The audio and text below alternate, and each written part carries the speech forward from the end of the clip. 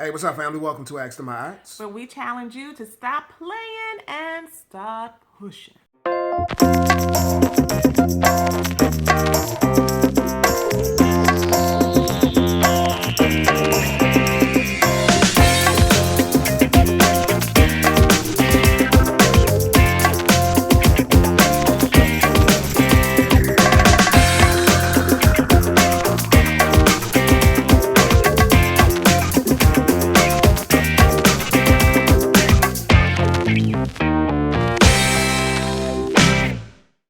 This right here is my sensational wife, Aiyana. I'm sensational. Yes, indeed. This right here is my stimulating husband, Ayize. How do I You stimulate stimulate my mind. Tell me how. You stimulate my senses. I do? You stimulate my appetite. You stimulate lots of things. Okay. Like That's pretty good. I was ready. I didn't even know I was going to say that. I was ready. I'll take that. It's calling me the stimulator. Okay, bring it down.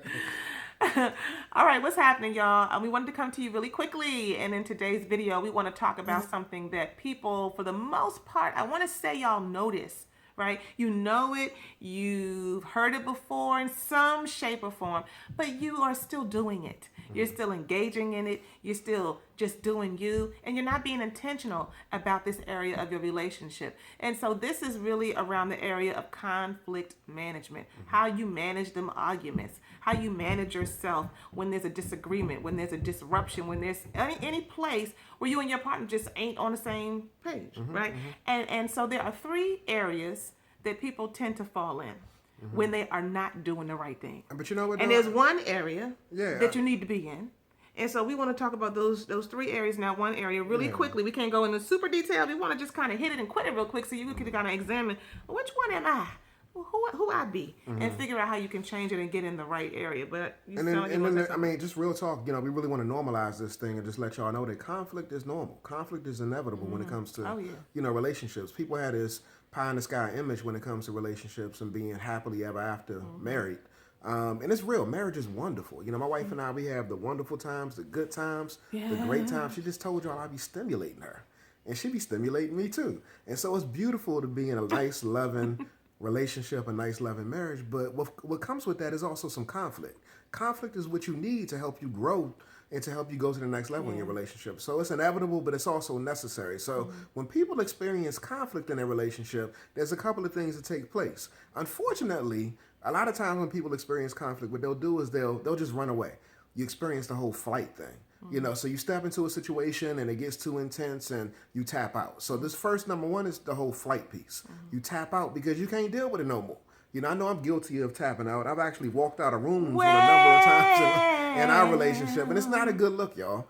So when it becomes too intense, you flee. But my question for you is running away from the issue. So how do you flee? I'm not the only one that flees. How do you flee? What's another example? I really don't. No, I don't. I mean, I really don't think. You can let me know you married to me. Okay. But my husband said the first one, flight, you really skipped the first one. That was my first one. That's really the second one. I identified with the first one. That's the second one. I call flight. but okay, so number two is fight. So we got it. Flight is running away from the issue, not trying to talk about it, not trying to deal with it, right? Sweeping it up under the rug. But fighting, right? Just got your dukes up. You just ready. You know what I mean? Like I'm about ready to handle this situation. We need to talk about it. We need to get some resolution on it. I'm tired of dealing with you on this situation. We need to get to one place where we have a clear understanding. I need to know what you think, what's the answer, where you at, because I already told you where I'm at. And so I have been guilty. You do identify with that one very well. You always got your duties. No, I say don't tell a lie.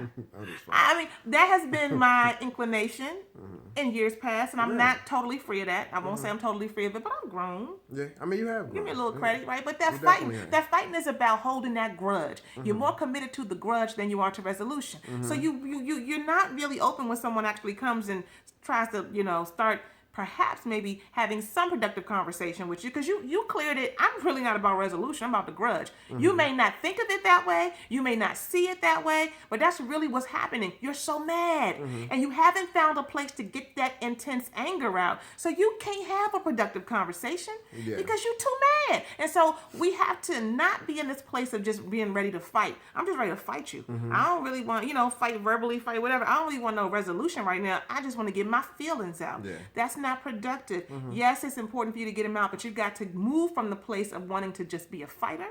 You've got to move from the place of just wanting to run away and be in perpetual flight. Yeah, and you want to be in another place. But fight, flight, what's the other one? The other one is freeze. You know, so this is a double. Well, I mean, this right here, it goes both ways in the sense that, you know, people sometimes when they experience, hold on. What? So I said it goes anytime both ways. Anytime I go, well, I'm just saying, like, I'm feeling it. I'm feeling like I'm church. So yeah. So when it comes to the whole freeze thing, y'all, let me just be real clear here.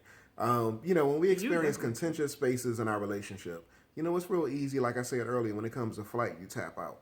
Sometimes people tap out for an extended period of time and they become paralyzed depending upon what the situation is, and they choose not to move forward. They choose not to invest.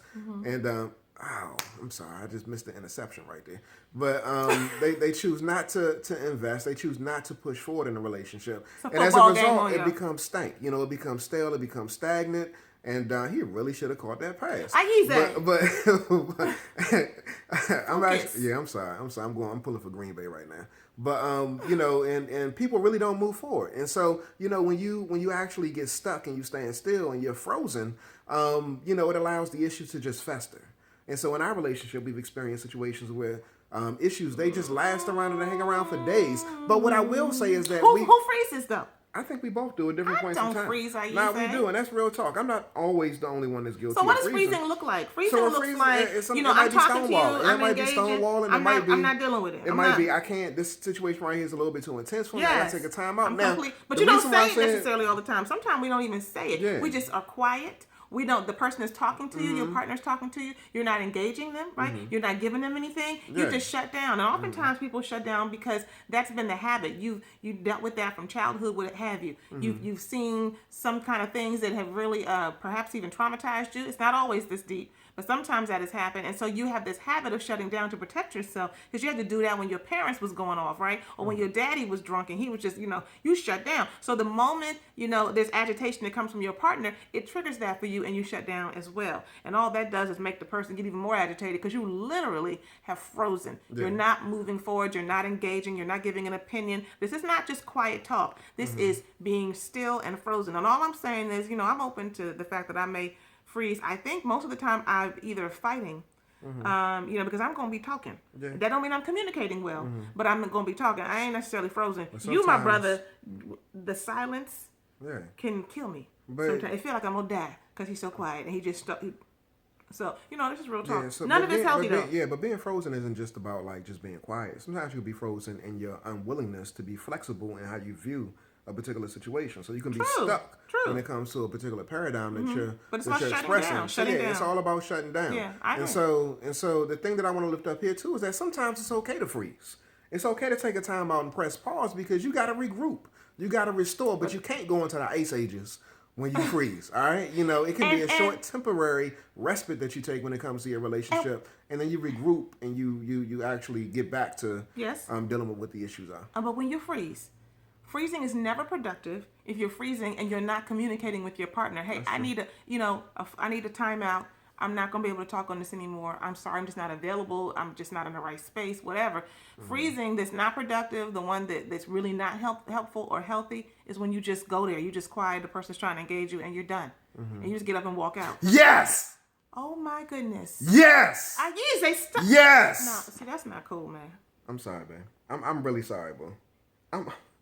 Don't freeze. Don't freeze. I'm breathing on the inside, y'all. Let's get to the fourth one. Let's get to the fourth one. I'm sorry. So, look. So, this is what we need to do, y'all. I'm sorry. Y'all see, I mean, we real. Look, this one right here. I can't believe we're in the middle of a video. I'm sorry, bro. Sometimes you get overwhelmed with them. I'm not even a Green Bay fan, but I just don't like them Cowboys. Anyway, where you want to be, guys? Let's wrap this up on this 8.5 minute, almost 9 minute video. Where we want to be is we want to be moving forward. We do not want to be fighting. We don't want to be fleeing. We don't want to be freezing, right? We want to be moving forward. And so that's why you have to make sure that you communicate. Share where you are. Share where your head is. If you're not available to talk, if you feel like you're about to go off, if you are feeling really, really intimidated by the situation, if it's just a place where, you know, some of us just get stuck. And it ain't that we got no deep feelings of aggravation. We just are processing. We're thinking it through. You have to communicate. You have to share where you are. And you have to do it in a way that's intentional and in a way that considers the other person. And that means you're moving forward, right? You don't have to always be doing things just the way they want you to do it, but you have to be communicating. That is how you manage the conflict in your relationship. You are preventive. You are thinking about your partner. You are moving forward. So at the end of the day, y'all, you can't do any of these things if you do not stop playing and start pushing. Start pushing. I love the way you move forward and press during this video. Yeah, thanks.